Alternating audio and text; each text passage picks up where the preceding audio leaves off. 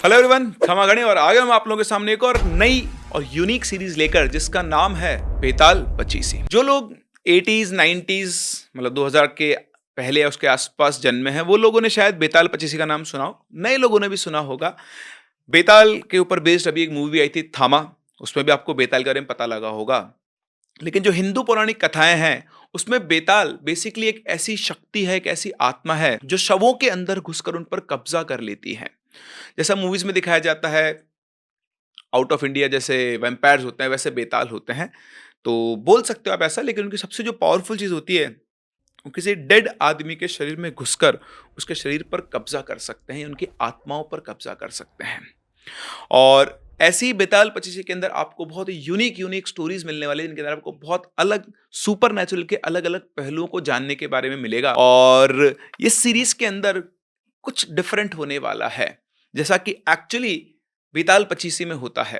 तो यहां मैं आपकी ईमानदारी चाहूंगा, आपको बिना किसी स्टोरी को पढ़े, गूगल पर सर्च किए, एआई की मदद लिए बिना आपको खुद अपने लॉजिक से, अपनी समझ से एक क्वेश्चन का आंसर देना होगा जो कहानी सुनाने के बाद मैं आपसे पूछूंगा। वैसे ये क्वेश्चन बेताल ने एक राजा से पूछा था। जैसे उस राजा ने दिमाग से अपना जवाब दिया वैसे ही आपको भी अपना जवाब देना होगा, और आपका जवाब सही होगा या नहीं वो आपको पता लगेगा अगले एपिसोड में। आई होप आप सभी लोग इसके अंदर पार्टिसिपेट करेंगे, बहुत मजा आएगा। अपना आंसर जरूर दें कमेंट सेक्शन में। चलिए तो शुरू करते हैं हमारे पहले एपिसोड के साथ। बहुत पुराने टाइम की बात है, तब उज्जैन के अंदर महाराज विक्रमादित्य राज किया करते थे। विक्रमादित्य हर प्रकार से एक आदर्श राजा थे। उनकी दानशीलता की कहानियां आज भी देश के कोने कोने में सुनी जाती हैं। राजा हर दिन अपने दरबार में आकर प्रजा के दुखों को सुना करते थे और उसका निवारण किया करते थे। एक दिन राजा के दरबार में एक भिखारी आया और वो उन्हें एक फल देकर चला गया, और तब से वो भिखारी हर दिन राजा के दरबार में पहुंचने लगा। वो राजा को एक फल देता और राजा उस फल को अपने कोषाध्यक्ष मतलब जो उनके खजाने की रक्षा किया करता था, ध्यान रखा करता था, उसको दे दिया करते थे। और इस तरह से हर दिन वो एक फल देता और करीबन 10 साल बीत गए। और हर दिन की तरह जब वो भिखारी राजा को फल देकर चला गया तो राजा ने उस दिन वो फल उस कोषाध्यक्ष को ना देकर एक पालतू बंदर के बच्चे को दे दिया, जो महल के ही किसी सुरक्षा कर्मी का था। और उससे छूटकर वो राजा के पास चला आया था। उस फल को खाने के लिए जब बंदर के बच्चे ने उसे बीच में से तोड़ा तो उसके अंदर से एक बहुत ही वैल्यूएबल बहुमूल्य रत्न निकला। यह देखकर राजा ने वो रत्न ले लिया और उस कोषाध्यक्ष को बुलाकर उससे पूछा कि वो भिक्षु के द्वारा लाया गया फल जो रोज मैं तुम्हें देता था, वे सारे फल कहाँ हैं? राजा ने आज्ञा दी तो कोषाध्यक्ष रस अपने खजाने के अंदर गया और कुछ ही देर बाद आकर उसने राजा को बताया कि प्रभु, आप जो फल दिया करते थे मैं खजाने में यानी अपने रत्न भंडार में जाकर रख दिया करता था, और मैं जब वहां अभी जाके मैंने देखा तो फल तो वहां पर नहीं, वो तो सड़ गए, लेकिन वहां पर बहुत सारे अनमोल रत्नों का ढेर लग गया है। उसकी बात सुनकर राजा उस कोषाध्यक्ष के ऊपर बहुत प्रसन्न हुए और उसकी ईमानदारी की प्रशंसा करते हुए सारे रत्न उसे ही उपहार स्वरूप दे दिए। अगले दिन हर दिन की तरह जब वो भिक्षु यानी भिखारी राज दरबार में आया तो राजा ने उससे कहा कि हे भिक्षु, इतनी बहुमूल्य भेंट तुम प्रतिदिन मुझे क्यों अर्पित करते हो? अब मैं तब तक तुम्हारा यह फल ग्रहण नहीं करूंगा जब तक तुम मुझे इसका कारण नहीं बताओगे। राजा के कहने पर भिक्षु ने राजा से प्रार्थना की कि आपसे मैं एकांत में कुछ बात करना चाहता हूं। राजा उस भिक्षु को एक अलग जगह पर ले गए और उसके बाद उस भिक्षु ने राजा से कहा कि हे राजन, मुझे एक मंत्र की साधना करनी है जिसमें किसी वीर पुरुष की सहायता अपेक्षित है। हे वीर राजन, उस कार्य में मैं आपकी सहायता की याचना करता हूं। उसकी बात सुनकर राजा उस भिक्षु की सहायता करने को तैयार हो जाते हैं और उसे आश्वासन देते हैं कि वे उसकी सहायता अवश्य करेंगे। इसके बाद वो भिक्षु निश्चिंत होकर अपने घर चला जाता है। अब जब अमावस्या की रात आई तो राजा विक्रमादित्य ने उस भिखारी को जो अपना वचन दिया था उन्हें उसकी याद आई और वो नीले कपड़े पहन, माथे पर चंदन लगाकर, हाथ में अपनी तलवार लेकर चुपचाप अपनी राजधानी से निकल पड़े। वहां से निकलकर राजा विक्रमादित्य उस भिक्षु के द्वारा बताए गए शमशान में पहुंचे, जहां पर भयानक गहरा और घुप अंधेरा छाया हुआ था। जहां पर कुछ चिताएं जो जल रही थी, उनकी लपटें भयानक भयानक भयानक लपटें दिखाई दे रही थी। बहुत सारे नरकंकाल, खोपड़ियां, हड्डियां इधर उधर बिखरी बिखरी पड़ी थी। पूरा का पूरा शमशान भूत पिशाचों से भरा हुआ मालूम होता था, और आसपास से सियारों की डरावनी आवाजें शमशान को और भी ज्यादा डरावना बना रही थी। लेकिन वीर विक्रमादित्य बिना डरे वो शमशान में पहुंचकर उस भिक्षु को ढूंढने लगे। उन्होंने देखा कि वो भिक्षु एक वट वृक्ष के नीचे एक मंडल बना रहा था। राजा ने उस भिक्षु के निकट जाकर कहा, हे भिक्षु, मैं आ गया हूं, बताओ मुझे क्या करना होगा। राजा को अपने सामने देखकर भिक्षु बहुत प्रसन्न हुआ। उसने अपने दोनों हाथ जोड़े और कहा, राजन, यदि आपने मुझ पर इतनी कृपा की है तो एक कृपा और कीजिए। आप यहां से दक्षिण दिशा की ओर जाइए। यहां से थोड़ा आगे चलने पर शमशान के दूसरे छोर पर आपको शीशम का एक विशाल वृक्ष मिलेगा। उस वृक्ष पर एक मरे हुए मनुष्य का शव लटक रहा है।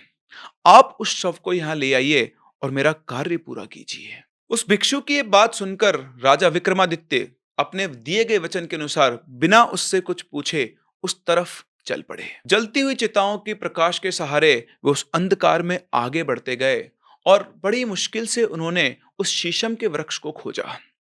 वो पेड़ चिताओं के धुआं के कारण काला पड़ गया था।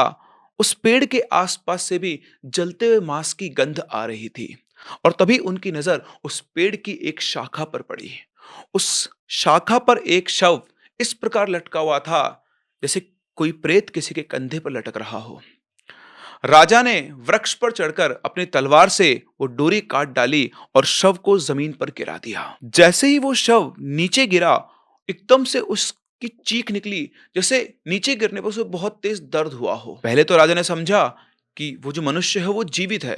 राजा को उस पर दया आ गई, और तभी राजा जैसे उसके पास पहुंचा, वो जो मुर्दा था, वो जो शव था, वो जोर जोर से हंसने लगा। और जैसे ही वो जोर जोर से हंसने लगा, तब राजा विक्रमादित्य को यह समझ में आ गया कि उस शव के ऊपर एक बेताल चढ़ा हुआ है। उसके हंसने यानी अट्टहास करने का कारण राजा विक्रमादित्य जानने की कोशिश कर ही रहे थे कि उनकी आंखों के सामने एकदम से वो शव वापस से हवा में उड़ा और वापस से उसी शाखा पर जा लटका। ये देखकर राजा विक्रमादित्य वापस से उस पेड़ पर चढ़े और उस शव को वापस से नीचे उतार दिया। और इसके बाद राजा विक्रमादित्य ने उस लाश को, उस शव को अपने कंधे पर रखा और चुपचाप उस भिखारी की तरफ चल पड़ा। कुछ दूरी पर चलने के बाद राजा विक्रमादित्य के कंधे पर रखे उस शव के अंदर का बेताल बोला, राजन, मुझे ले जाने के लिए तुम्हें बहुत परिश्रम करना पड़ रहा है, पर तुम्हारे श्रम के कष्ट को दूर करने एवं समय बिताने के लिए मैं तुम्हें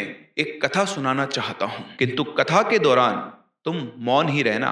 यदि तुमने अपना मौन तोड़ा तो मैं तुम्हारी पकड़ से छूटकर पुनः अपने स्थल को चला जाऊंगा, मतलब वापस से उसी डाल पर लौट जाऊंगा। उसकी बात सुनकर राजा विक्रमादित्य ने अपनी गर्दन हिलाई और बेताल ने उसे एक कहानी सुनाना शुरू की। उसने बताया कि प्राचीन काल में वाराणसी नगरी में एक राजा राज किया करता था, जिसका नाम था प्रताप मुकुट।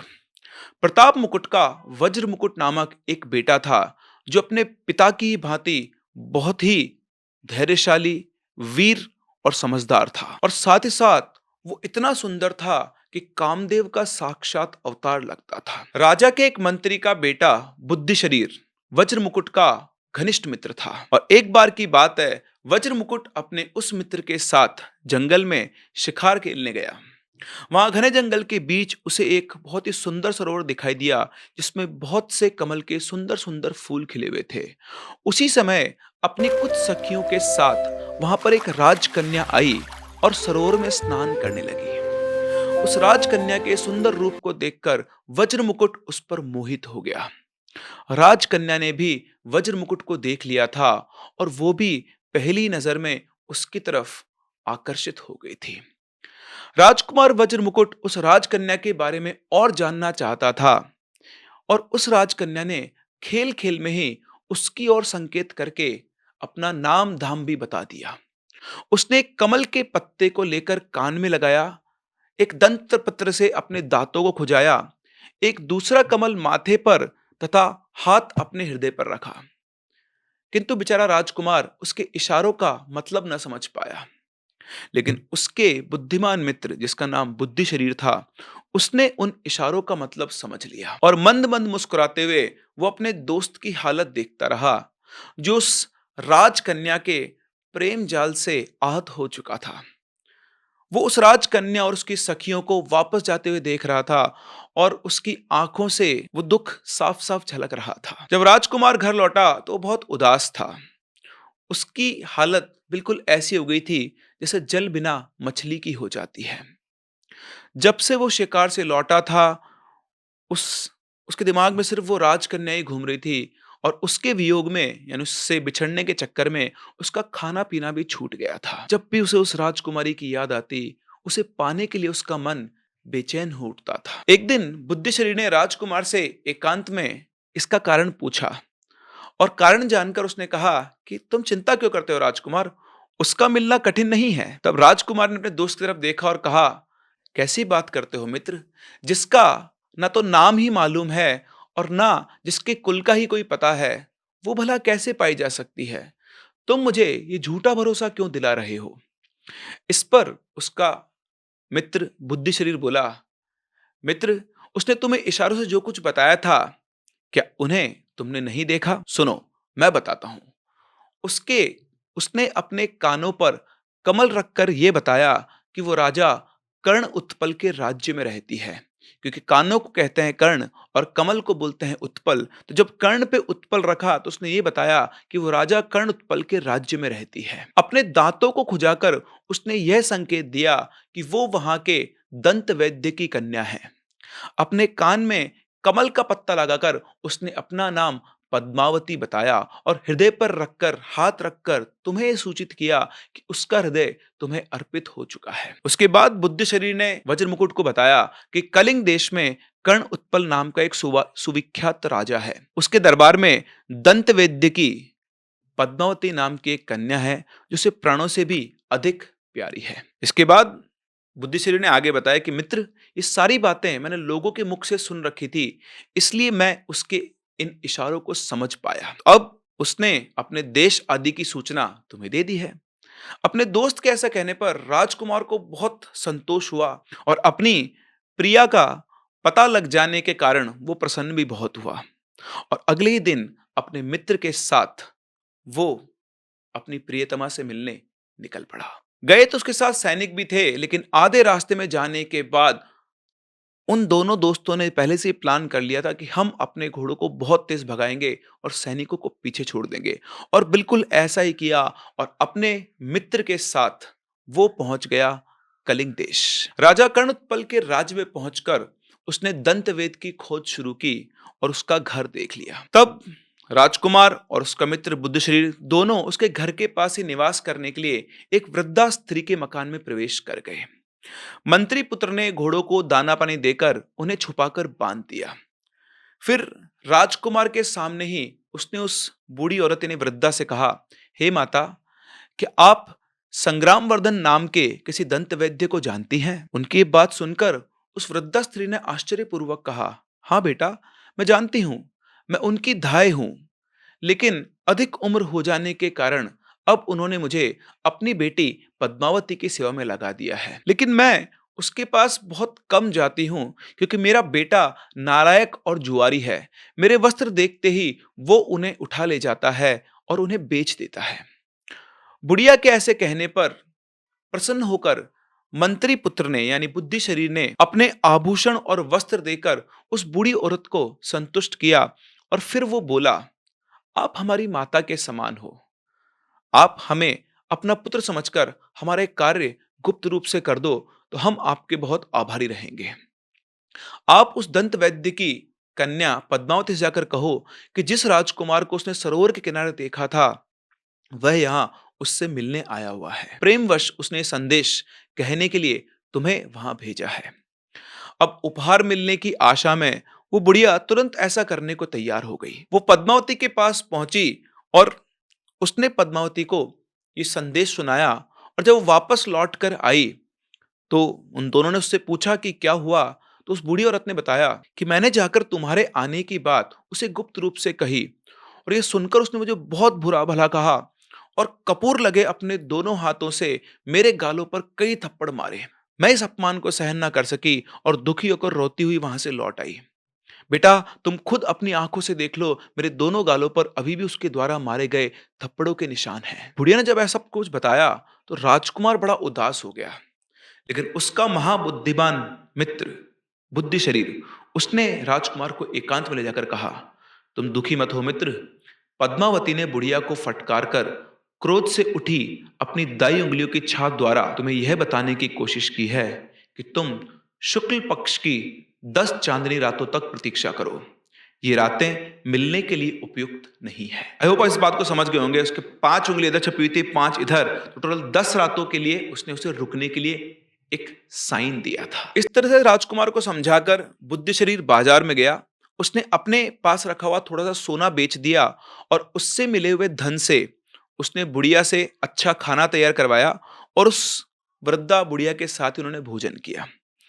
इस तरह 10 दिन बिताकर उस बुद्धि शरीर ने उस बुढ़िया को फिर से पद्मावती के पास भेज दिया। वापस से अच्छा खाना और इनाम के लोभ में वो बुढ़िया ये काम करने को तैयार हो गई। वो वापस वहां जाकर लौट कर आई और इन लोगों को बताने लगी कि आज मैं वहां जाकर उसके पास खड़ी रही, तो उसने स्वयं ही तुम्हारी बात कहने के लिए मेरा जो अपराध था, जो 10 दिन पहले मैंने किया था, उसका उल्लेख करते हुए मेरे हृदय पर महावर लगी अपनी 3 उंगलियों से आघात किया और फिर मैं उसके बाद वापस यहां पर चली आई। अब जब ये हो गया, उस बुढ़िया ने बता दिया, तो फिर से बुद्धि शरीर ने अपने दोस्त से बोला कि तुम शंका मत करो मित्र। पद्मावती ने महावर लगी 3 उंगलियों की छाप छोड़कर तुम्हें यह सूचित किया है कि वो अभी 3 दिन तक राजमहल में ही रहेगी। बुढ़िया की ये बात सुनकर उसने फिर से बुढ़िया को पद्मावती के पास भेजा। अगले दिन जब बुढ़िया पद्मावती के पास पहुंची तो उसने बुढ़िया का बढ़िया से स्वागत सत्कार किया, उसे स्वादिष्ट भोजन भी कराया। पूरा दिन वो बुढ़िया के साथ हंसते मुस्कुराते बातें करती रही। शाम को जब बुढ़िया के लौटने का समय हुआ तो बाहर से एकदम से शोरगुल सुनाई दिया।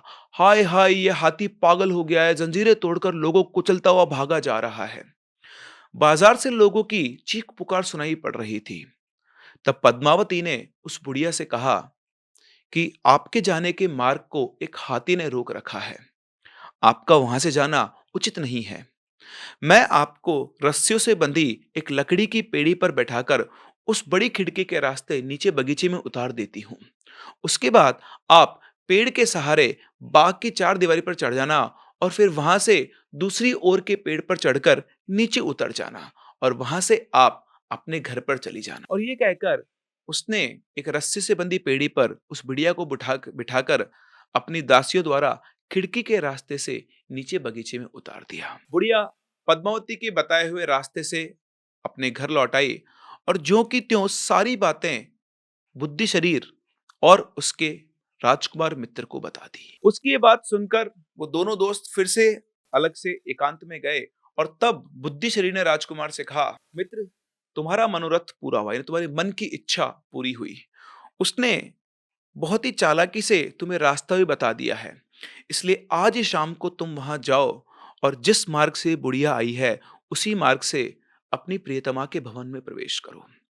राजकुमार ने बिल्कुल वैसा ही किया। बुढ़िया के बताए हुए रास्ते के थ्रू वो पेड़ से 4 दीवारी पर चढ़कर वो पद्मावती के बगीचे में पहुंचा और वहां उसने रस्सी से बंधी हुई उसी पेड़ी को लटकते हुए देखा। उस पेड़ी के ऊपरी छज्जे पर राजकुमार की राह देखती हुई कई दासियां खड़ी हुई थी।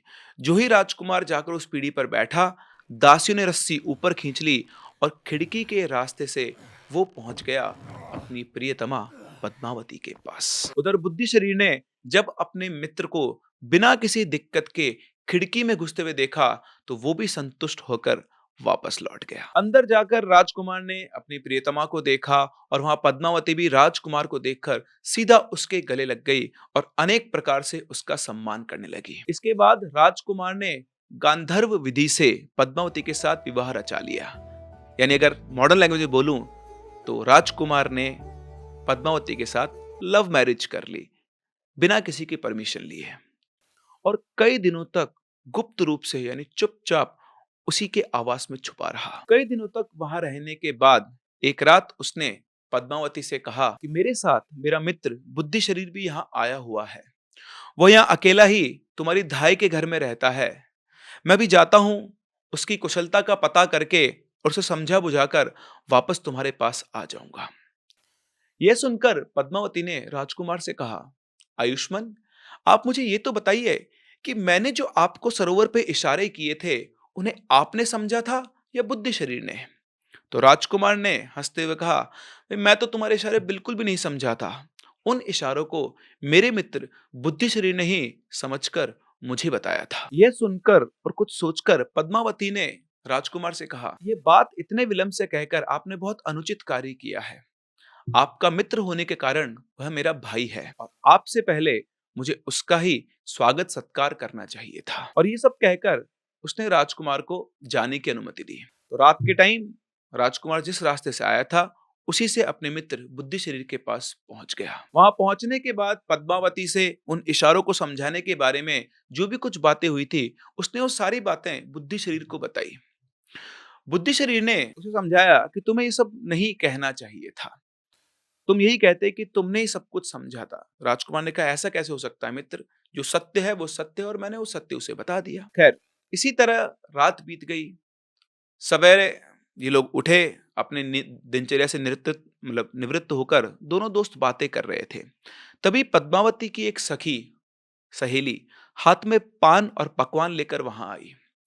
उसने बुद्धि शरीर का कुशल मंगल पूछा और लाई हुई चीजें उसे दे दी। और उसके बाद उसने राजकुमार से कहा कि हमारी स्वामिनी पद्मावती आपके लिए, आपका भोजन आदि के लिए इंतजार कर रही है। और इतना कहकर वो वहां से चली गई। अब जब वो उनकी सहेली, उनकी दासी चली गई, तो बुद्धि शरीर ने राजकुमार से कहा, मित्र, अब देखो, मैं आपको एक तमाशा दिखाता हूं।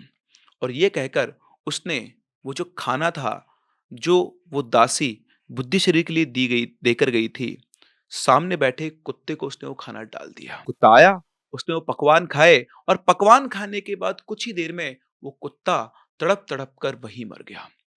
ये देखकर राजकुमार बहुत आश्चर्यचकित हुआ और उसने बुद्धि शरीर से पूछा, मित्र, यह कैसा खेल है? तभी बुद्धि शरीर ने कहा, मित्र, मैंने उसके इशारों को पहचान लिया था, इसलिए मुझे धूर्त समझकर उसने मेरी हत्या कर देनी चाहिए थी। तुमसे बहुत प्रेम होने के कारण उसने मेरे लिए विष से मिश्रित पकवान भेजे थे। उसे भय था कि मेरे रहते राजकुमार एकमात्र उसी से प्रेम नहीं रख सकेगा और मेरे प्रेम के वश में रहकर तुम उसे छोड़कर अपनी नगरी में वापस चले जाओगे। इसलिए उसने मुझे मारने के लिए ये षड्यंत्र रचा। इसलिए तुम उस पर क्रोध ना करो, बल्कि उसे अपने माता-पिता से दाई के लिए, मतलब उनसे उन अपने माता-पिता को छोड़कर तुम्हारे साथ चलने के लिए प्रेरित करो। कुछ सोच विचार कर उसे यहाँ से ले जाने के लिए मैं जो तुम्हें युक्ति बताऊंगा, तुम उसका अनुसरण और आचरण करो। अपने दोस्त के ऐसा कहने पर राजकुमार उसकी प्रशंसा करने लगा और बोला, तुम सच में बहुत बुद्धिमान हो। अब यहाँ मैं आपको समझा देता हूँ कि बेसिकली जो पद्मावती थी, उसके माता-पिता को शायद वो जानती थी कि वो उसकी शादी नहीं करेंगे या ऐसा कुछ था, जैसे नॉर्मल लव मैरिज में होता है। तो यहाँ पर भी ये था कि भैया घर वाले तो मानेंगे नहीं, इसके घर वाले पद्मावती के। तो उसको अब यहाँ से पद्मावती को बाहर निकालना था। लेकिन अगर डायरेक्ट उसको ले जाता भगा के, और जाती भी नहीं है, आज का ज़माना नहीं है ना, कितने सालों पुरानी बात है। तो उसको लेकर जाने के लिए कि अपने आप ही उसको इस राज्य से निकाल दिया जाए, इन्होंने नहीं, बुद्धि शरीर ने उसकी एक प्लानिंग की। और उस प्लानिंग का जो स्टार्ट हुआ वो हुआ इस इंसिडेंट से। ये दोनों दोस्त बातें कर रहे थे कि तभी अचानक बाहर से लोगों की आवाजें आने लगी, जो कह रहे थे, हाय हाय, राजा का छोटा बच्चा मर गया है। ये बात सुनकर वो जो बुद्धि शरीर था वो बहुत खुश हुआ। उसने राजकुमार से कहा, आज रात को तुम पद्मावती के घर जाओ, वहां तुम उसे इतनी मदिरा पिलाना कि वो बेहोश हो जाए और उसे अपना होश ही ना रहे। उस हालत में तुम एक त्रिशूल गर्म करके उसकी जांघ पर दाग देना और उसके गहनों की गठरी बांधकर रस्सी के सहारे खिड़की के रास्ते से यहां पर चले आना। उसके बाद मैं एक ऐसा उपाय करूंगा जो तुम्हारे और मेरे लिए कल्याणकारी होगा। राजकुमार को अपने दोस्त के ऊपर बहुत ज्यादा भरोसा था उसने वैसा ही किया। उसने पद्मावती को जी भर के शराब पिलाई और जब वो बेहोश हो गई तो उसकी जांघ पर त्रिशूल से एक दाग बना दिया। उसके गहनों की गठरी बनाकर वो अपने साथ ले आया। ये दोनों दोस्त सुबह शमशान में जाकर पहुंचे। वहां पहुंचकर बुद्धि शरीर ने और राजकुमार ने दोनों ने तपस्वी का रूप धारण किया। उसने राजकुमार को अपना शिष्य बनाकर उससे कहा, अब तुम इन आभूषणों में से मोतियों का हार ले जाकर बाजार में बेचने के लिए जाओ, लेकिन इसका दाम इतना अधिक बताना किसी कोई खरीद ना सके। साथ ही तुम यह भी कोशिश करना कि जब तुम इस हार को लेकर घूम रहे हो तो अधिक से अधिक लोग तुमको देखें। अगर नगर रक्षक यानी सिपाही तुम्हें पकड़े तो बिना घबराए हुए तुम ये कहना कि मेरे गुरु ने इसे बेचने के लिए मुझे दिया है। जैसा उसने कहा, राजकुमार बाजार में गया। वहां उस हार को लेकर घूमता रहा और उधर दंत वैद्य की बेटी के गहनों की चोरी की खबर पाकर जो सिपाही थे उसका पता लगाने के लिए शहर में ही घूम रहे थे। राजकुमार को हार के साथ देखकर, मतलब बेसिकली वो तपस्वी था, तो तपस्वी को जब उन्होंने हार के साथ देखा तो लोगों ने उसे पकड़ लिया। वो सिपाही राजकुमार को नगरपाल के पास लेकर गए। उसने उस तपस्वी को देखकर आदर सहित पूछा, भगवान, मोतियों का यह हार आपको कहां से मिला? पिछले दिनों दंत वैद्य की कन्या के आभूषण चोरी हो गए थे, उनमें से ये हार भी था। तब राजकुमार ने बोला, इसे तो मेरे गुरु ने मुझे बेचने के लिए दिया है, आप उन्हीं से पूछ लीजिए। तब नगरपाल राजकुमार के साथ शमशान पे पहुंचा, जहां पर तपस्वी रूपी बुद्धि शरीर बैठा हुआ था। जब जाकर नगरपाल ने उससे पूछा तो उन्होंने कहा कि मैं तो तपस्वी हूं, सदा जंगलों में यह वहां घूमता रहता हूं। संयोग से पिछली रात इस शमशान में आकर टिक गया था। यहां मैंने इधर उधर से आई हुई योगिनियों को देखा। उनमें से एक योगिनी राजपुत्र को ले आई और उसने उसका हृदय निकालकर भैरव को अर्पित कर दिया। मदिरा पीकर वह मायाविनी मतवाली हो गई और मुझे मुंह चिढ़ाकर मेरी उस रुद्राक्ष माला को लेने दौड़ी जिसके मनकों के साथ मैं तप कर रहा था। जब उसने मुझे बहुत तंग किया तो मुझे उस पर क्रोध आ गया। मैंने मंत्र बल से अग्नि जलाई और उसकी जांघ पर एक दाग कर दिया और उसी समय उसके गले से मोतियों का यह हार खींच लिया। अब मैं कहता हूं कि ये हार मेरे किस काम का है, इसलिए मैंने अपने शिष्य को इसे बेचने के लिए भेज दिया था। ये सारी बात सुनकर नगरपाल राजा के पास पहुंचा और उसने राजा को सारी बात बताई। राजा ने बात सुनकर उस मोतियों के हार को पहचान लिया और पहचानने का कारण यह था कि वो हार राजा ने ही दंत वैद्य की बेटी को उपहार स्वरूप दिया था। इसके बाद राजा ने अपनी एक विश्वास पात्र बूढ़ी दासी को ये जांच करने के लिए दंत वैद्य के यहाँ भेजा कि वो पद्मावती के शरीर का अच्छे से निरीक्षण करे और ये पता करे कि उसकी जांघ पर त्रिशूल का चिन्ह है या नहीं। वो वृद्धा वहां पहुंची, उसने निरीक्षण किया और वापस आकर बताया कि सचमुच पद्मावती की जांघ पर एक त्रिशूल का दाग है। इस बात से राजा को विश्वास हो गया कि पद्मावती ही उसके बेटे को मारकर खा गई है।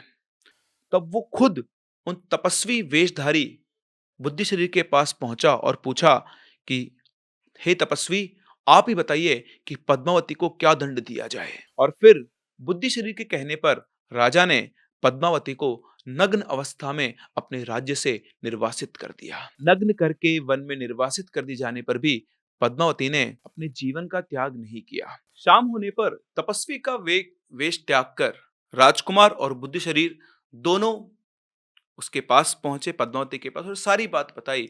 और इसके बाद राजकुमार पद्मावती को अपने घोड़े पर बिठाकर अपने राज्य ले आया और उसके बाद उसके साथ सुखपूर्वक रहने लगा। इस तरह से बेताल ने अपनी कहानी खत्म की और उसके बाद राजा विक्रमादित्य से सवाल पूछा। और जो सवाल उसने राजा विक्रमादित्य से पूछा वही सवाल मैं भी आपसे पूछ रहा हूं और आपको इस सवाल का जवाब बिना किसी के हेल्प लिए अपने खुद के दिमाग से ईमानदारी से मुझे कमेंट सेक्शन में देना है। तो सवाल सिर्फ इतना सा है। बेताल ने कहा कि राजन, आप बुद्धिमानों में श्रेष्ठ हैं, अतः मुझे ये बताइए, अगर वो राजा उस समय पद्मावती को अपने राज्य से बाहर न निकालकर उसे मार देता और उसे ये पता लग जाता कि ये सारा राजकुमार का रचा हुआ खेल था, वो उस राजकुमार को भी मार देता, तो इन दोनों की मृत्यु का, हत्या का पाप किसे लगता? बुद्धि शरीर को, राजकुमार को, या फिर पद्मावती को? उसने ये भी कहा कि राजन, यदि जानते हुए भी तुमने मुझे ठीक-ठीक नहीं बताया, तो विश्वास मानो तुम्हारे सिर के 100 टुकड़े हो जाएँगे। खैर, आपके साथ ऐसा कुछ नहीं होगा, तो अपना आंसर हमें कमेंट सेक्शन में ज़रूर बताएँ। तो विक्रमादित्य ने उसे जवाब दिया कि इसमें ना जानने योग्य क्या है? इसमें इन तीनों का कोई पाप नहीं है। जो पाप होता, वो राजा कर्णोत्पल का होता।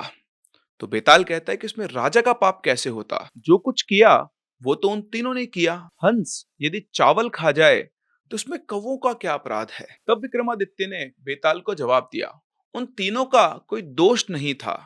पद्मावती और राजकुमार कामाग्नि में जल रहे थे।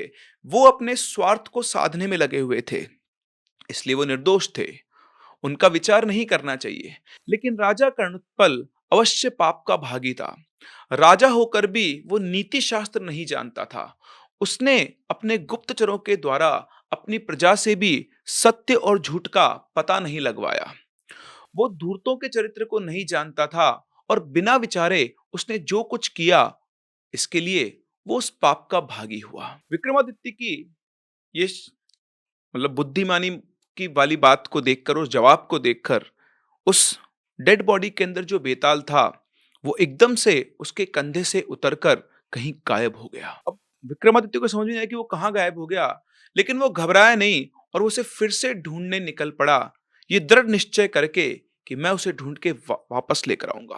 और वो वापस उसी पेड़ के पास पहुंच गया और वहां एक जलती चिता की रोशनी के अंदर उनकी नजर जमीन पर पड़े उस शव पर पड़ी, जो धीरे धीरे कराह रहा था। उन्होंने उस शव को उठाकर अपने कंधे पर डाला और चुपचाप उसे उठाकर तेज तेज गति से चलने लगे। थोड़ा दूर चलने पर ही उस शव के अंदर से फिर से बेताल की आवाज आई, राजन, तुम अत्यंत अनुचित कलेश में पड़ गए हो।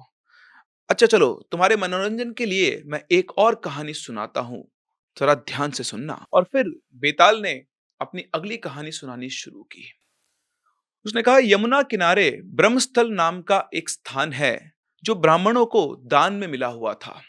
वहां वेदों का ज्ञाता अग्निशर्मा नाम का एक ब्राह्मण था। उसके यहाँ मंदारवती नाम की एक अत्यंत रूपवती कन्या उत्पन्न हुई। जब वह कन्या युवती हुई, तब 3 कन्याकुंज ब्राह्मण कुमार वहां आए, जो समान भाव से समस्त गुणों से अलंकृत थे। मतलब उनके अंदर सभी अच्छे और सद्गुण थे। उन तीनों ने ही मंदारवती के पिता से अपने लिए उनकी कन्या की याचना की, लेकिन कन्या के पिता ने उनमें से किसी के भी साथ मंदारवती का विवाह करना स्वीकार नहीं किया, क्योंकि उसे भय हुआ कि ऐसा करने पर वो तीनों आपस में ही लड़ मरेंगे। और इस तरह से वो कन्या कुंवारी ही रही। लेकिन वो तीनों ब्राह्मण युवक भी दृढ़ निश्चयी थे। उन्होंने चकोर का व्रत, अब चकोर का व्रत क्या होता है, जिसमें चंद्रमा को आराध्य देकर व्रत खुलते हैं। तो तीनों के तीनों चकोर का व्रत लेकर उस ब्राह्मण के घर के बाहर ही बैठ गए और वहीं पर अपनी एक झोपड़ी बनाकर रहने लगे। और बस वहां बैठे बैठे वो मंदारवती को देखा करते थे। इसके कुछ दिनों के बाद एक बार मंदारवती को अचानक बहुत तेज बुखार हो गया और उस बुखार की वजह से उसकी मृत्यु हो गई। उसके मर जाने पर तीनों ब्राह्मण कुमार शोक से बहुत ही परेशान हुए और उसके बाद उसे सजाकर संवारकर शमशान घाट में ले जाया गया, जहां उसका अंतिम संस्कार किया गया। और इसके बाद इन तीनों भाइयों ने एक एक अलग अलग काम किया। उनमें से एक भाई ने वहां अपनी एक छोटी सी मढ़िया बना ली, मढ़िया मतलब झोपड़ी, और मंदारवती की चिता की जो भस्म थी, वो उसे अपने सिराने रखकर सोने लगा और भिक्षा में प्राप्त जो भी अन्न था, उसी से निर्वाह करते हुए वहीं पर रहने लगा। दूसरा भाई उसकी अस्थियों की भस्म लेकर गंगा तट पर चला गया और तीसरा भाई योगी बनकर देश देशांतरों का भ्रमण करने निकल पड़ा। अभी जो तीसरा भाई था, जो योगी बना था, वो घूमता फिरता एक दिन वत्रोलक नाम के एक गांव में पहुंच गया। वहां अतिथि के रूप में उसने एक ब्राह्मण के घर में प्रवेश किया। ब्राह्मण ने बड़े ही सम्मान से उन्हें अपने घर में लिया और उन्हें भोजन करने के लिए बिठाया। अब जब ये लोग भोजन करने बैठे, तो उसी समय एक बालक जो इन्हीं का बेटा था, वो जोर जोर से रोने लगा। बहुत बहलाने, बहुत समझाने पर भी जब वो बालक चुप ना हुआ, तो उस ब्राह्मण की पत्नी ने गुस्से में आकर इस तीसरे भाई की आंखों के सामने सामने उस बच्चे को अपने हाथों से उठाया और जलती हुई आग में फेंक दिया। वो अग्नि इतनी तेज थी कि आग में गिरते ही कोमल शरीर वाला बालक जलना शुरू हुआ और कुछ ही क्षणों में वो जलकर राख हो गया। ये देखकर उस योगी को बड़ा आश्चर्य, बहुत ही दुख हुआ और उसने उस परोसे हुए भोजन को आगे सरका दिया और उठकर खड़ा होते हुए बोला, धिक्कार है आप लोगों पर, आप ब्राह्मण नहीं कोई ब्रह्म राक्षस हैं। अब मैं तुम्हारे घर का भोजन स्वीकार नहीं कर सकता। तुम लोगों ने मेरे सामने सामने उस बालक को अग्नि के हवाले कर दिया। मुझे सत्य बताओ, कौन हो तुम लोग? उनकी बात सुनकर वो जो ब्राह्मण था बोला, हे योगीराज, आप क्रोधित ना हो, इस बच्चे को मैं फिर से जीवित कर दूंगा। उसकी बात सुनकर ये तीसरा भाई बड़ा शॉक्ड रह गया। उसने बोला, कैसे? तो उस ब्राह्मण ने जवाब दिया, मैं एक ऐसा मंत्र जानता हूं जिसके पढ़ने से मृत व्यक्ति जीवित हो जाता है। उनकी बात सुनकर ये जो तीसरा भाई था बोलता है, मैं आपकी बात नहीं मानता, ऐसा नहीं हो सकता, ये विधि के विधान के खिलाफ है। और उनकी बात सुनकर वो जो गृहस्थ ब्राह्मण था वो एक पुस्तक लेकर आया जिसमें वो मंत्र लिखा था। उसने वो मंत्र पढ़कर उससे अभिमंत्रित धूल आग में डाल दी और धूल के आग में पड़ते ही वो बच्चा जो अभी भी उनकी आंखों के सामने जलकर राख हो गया था, वो ज्यों का त्यों निकलकर बाहर आ गया। जब उस तीसरे भाई ने ये सब देखा तब जाके कहीं उसका मन शांत हुआ और तब जाकर उसने उनके घर का भोजन ग्रहण किया। अब उस योगी के सामने सामने उस गृहस्थ ब्राह्मण ने उस पुस्तक को बांधकर खूंटी पर टांग दिया और भोजन करके योगी के साथ वहीं सो गया। अब वो योगी यानी वो तीसरा ब्राह्मण भाई सो तो गया लेकिन उसे नींद नहीं आई। उसके मन में ये बात आ गई थी कि इस तरह से वो अपनी प्रिया यानी मंदारवती को भी जीवित कर सकता है। उस गृहस्थ ब्राह्मण के सो जाने के बाद वो योगी चुपचाप उठा और अपनी प्रिया को जीवित करने की इच्छा से उसने डरते डरते वो पुस्तक खूंटी से उतार ली और चुपचाप वहां से बाहर निकल आया। रात दिन चलता वो ब्राह्मण उसी जगह पर पहुंचा जहां उसकी प्रिया का दाह संस्कार हुआ था। वहां पहुंचते ही उसने अपने दूसरे ब्राह्मण भाई को देखा जो मंदारवती की अस्थियां लेकर गंगा में डालने गया था। तब उस योगी ने उससे तथा उस पहले ब्राह्मण भाई से जिसने वहीं पर अपनी कुटिया बना ली थी और मंदारवती की चिता की भस्म से जो सेज बना रखी थी, उनसे कहा कि अब तुम ये कुटिया यहां से हटा लो क्योंकि मैं एक मंत्र शक्ति के द्वारा इस भस्म हुई मंदारवती को जीवित करके उठा सकूं। वो भाई उस कुटिया को वहां से हटाने के लिए और मंदारवती की चिता की जो भस्म थी उसको अपने तीसरे भाई को देने के लिए बिल्कुल भी राजी ना था, लेकिन बहुत समझा बुझाकर उसने वो कुटिया उजाड़ डाली। उसके बाद वो योगी वो पुस्तक खोलकर मंत्र पढ़ने लगा। उसने चिता भस्म को अभिमंत्रित करके अग्नि में डाल दिया और कुछ ही पलों में उसमें से जीती जागती मंदारवती बाहर निकल कर आई। अग्नि में से निकलते उसके शरीर की कांति पहले से भी अधिक तेज हो गई थी। उसका शरीर ऐसा लग रहा था जैसे वो सोने का बना हुआ हो। इस प्रकार मंदारवती को जीवित देखकर वो तीनों ही भाई काम पीड़ित हो गए और उसको पाने के लिए आपस में लड़ने झगड़ने लगे। जिस योगी ने मंत्र के द्वारा भस्म से उसे जीवित किया था वो बोला कि यह स्त्री उसकी है, उसने उसे मंत्र तंत्र से प्राप्त किया है। दूसरे ने कहा कि तीर्थों के प्रभाव से मिली वह उसकी भार्या यानी उसकी पत्नी है। और जो तीसरा भाई है वो कह रहा था कि उसकी भस्म को रखकर अपनी तपस्या से उसने उसे जीवित किया है, अतः मंदारवती पर उसका ही अधिकार है। और इतनी कहानी सुनाकर बेताल ने विक्रमादित्य से कहा कि राजन, उनके इस विवाद का निर्णय करके तुम ठीक ठीक बताओ कि वो स्त्री किसकी होनी चाहिए। यदि तुम जानते भी न बता पाओगे तो तुम्हारा सिर फटकर अनेक टुकड़ों में बट जाएगा। और इसके बाद विक्रमादित्य ने बेताल को अपना जवाब दिया। आपको पता है आपको क्या करना है? बिना किसी सोर्स से अपना दिमाग लगाकर आप भी कमेंट सेक्शन में इस सवाल का जवाब दें कि आखिर मंदारवती उन तीनों में से किस भाई की पत्नी बननी चाहिए। तो इस क्वेश्चन का आंसर विक्रमादित्य के अनुसार ये है कि वो भाई जो उसकी राख को इतने दिनों तक अपने पास रख के सहेज के रखा था, उसकी सेज बनाकर वो उसके साथ सोया करता था, वही उसका असली पति होगा। क्योंकि अगर उस राख को बचा के ना रखता तो उस मंत्र की शक्ति किसी काम की नहीं थी, वो मंद्रावती को वापस नहीं ला सकती थी। जैसे ही बेताल ने विक्रमादित्य का ये उत्तर सुना, वो वापस से उसको शाबाशी देते हुए महाराज, आपकी वीरता अतुलनीय है। आपने मुझे फिर से जीत लिया। वहां से गायब हो गया। विक्रमादित्य फिर से समझ गए कि उस बेताल ने क्या किया और वो कहाँ मिलेगा, और वापस से वो चलते हुए शमशान में उसी शीशम के पेड़ के पास पहुंचे। वहां पर उन्हें वो बेताल पेड़ की डाली पर लटका हुआ दिखाई दिया। विक्रमादित्य फिर से उस पेड़ पर चढ़े, बेताल को उतारा, अपने कंधे पर डालकर चुपचाप भिक्षु यानी उस भिखारी की ओर चल पड़े, जिससे उन्होंने वादा किया था कि वो उस बेताल को उसे लाकर देंगे। कुछ दूर चलने पर ही उस शव में बैठा बेताल फिर से बोला, राजन, रात के समय इस भयानक शमशान में आते जाते तुम घबराते नहीं हो? चलो, तुम्हारा जेब बहलाने के लिए मैं तुम्हें फिर से एक गाथा सुनाता हूँ। पाटलिपुत्र नाम का एक जगत विख्यात नगर है। प्राचीन काल में वहां विक्रम केसरी नाम का एक राजा रहा करता था, जिसके पास ऐश्वर्य के सारे सामान मौजूद थे। उसका खजाना बहुमूल्य रत्नों से सदैव ही भरा रहता था, और उसके पास एक शुक यानी एक तोता था, जिसने शाप के कारण यह जन्म पाया था। वह तोता समस्त शास्त्रों का ज्ञाता और दिव्य ज्ञान से युक्त था। उस तोते का नाम था विद्या चूड़ामणि। उस तोते के परामर्श से राजा ने अपने समान कुल वाली मगध की राजकुमारी चंद्रप्रभा से विवाह किया। उस राजकुमारी के पास भी सौमिका नाम की वैसी ही एक सारिका यानी मैना थी, जो समस्त विज्ञानों को जानने वाली थी।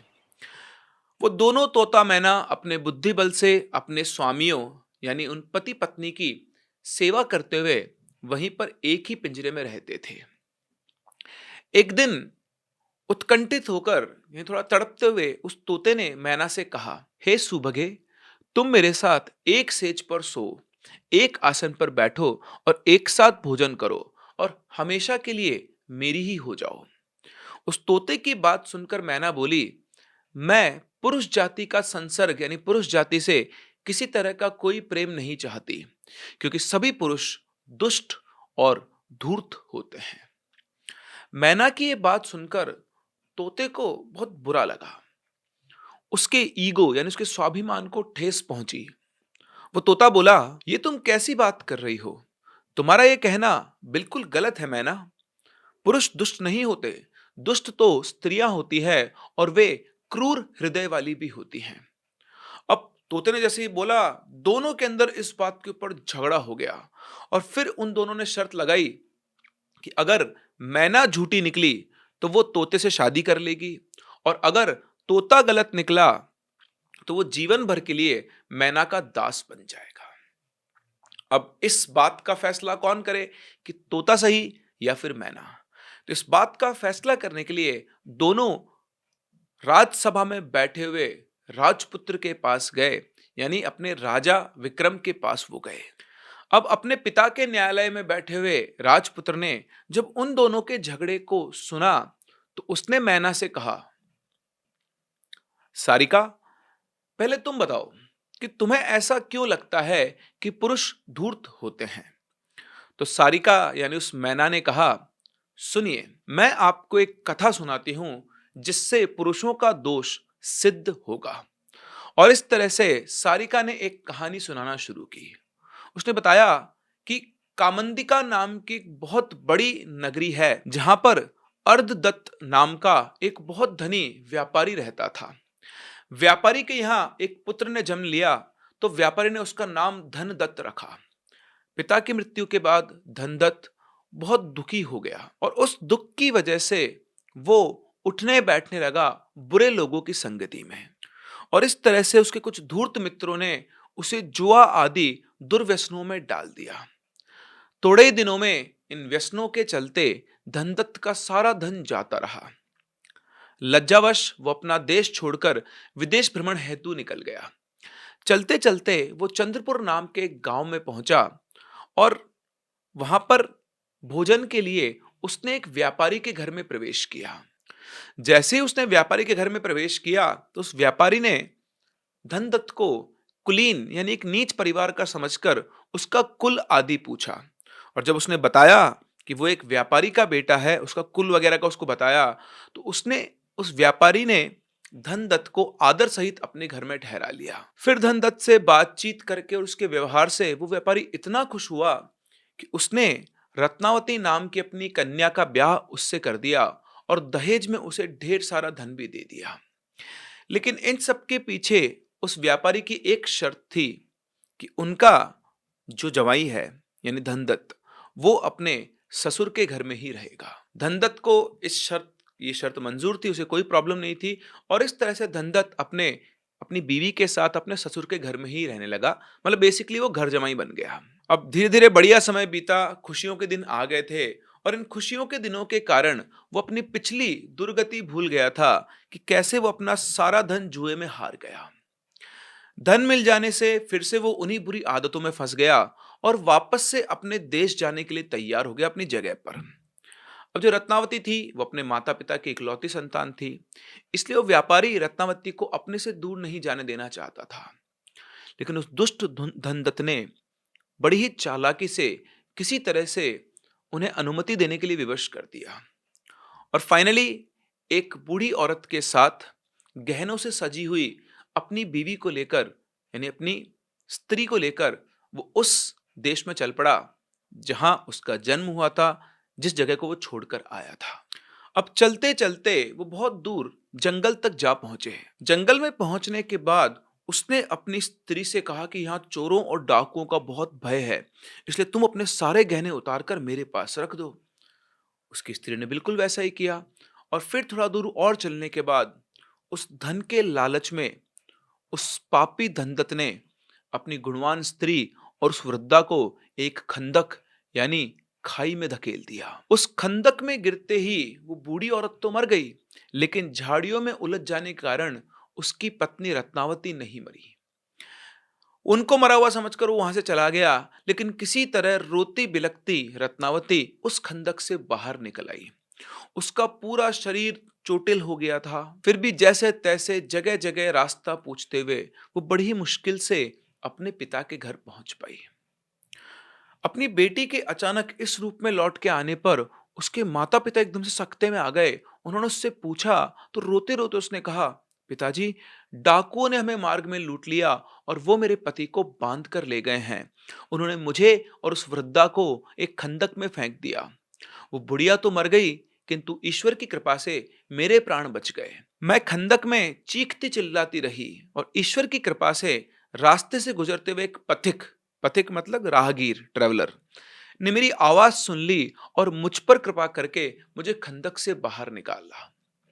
मैं किसी प्रकार से रास्ते में राहगीरों से रास्ता पूछती हुई यहां तक पहुंची हूं।